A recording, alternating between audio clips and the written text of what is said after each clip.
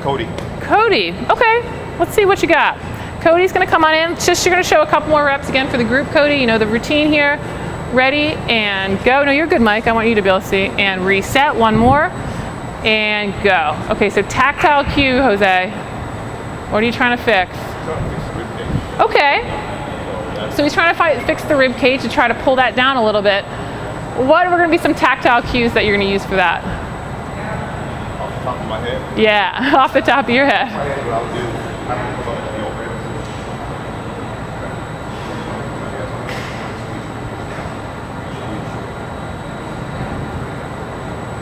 usually just kind of giving them pressure.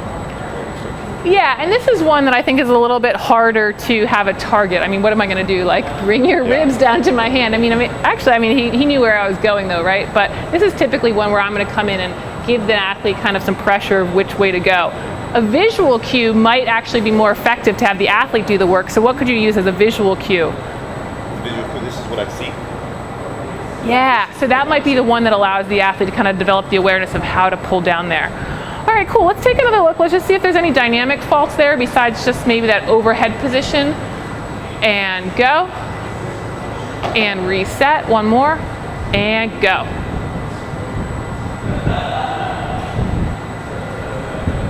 Here's going around. Yeah, PVC pipe.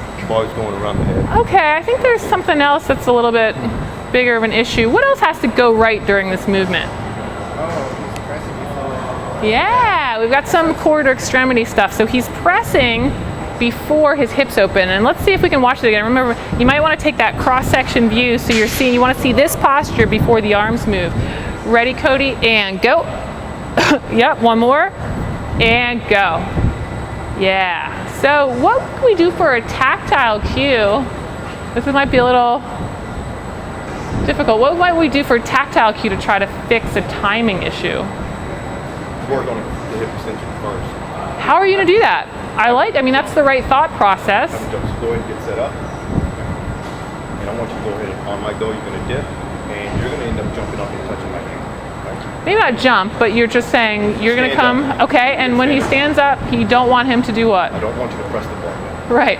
So let's make that into he could do this with the full movement though, right? How would you do that? I want you to stand up first and then press the ball. Great, so maybe you're saying, Cody, my hand's here, you're gonna hit my hand before your arms move.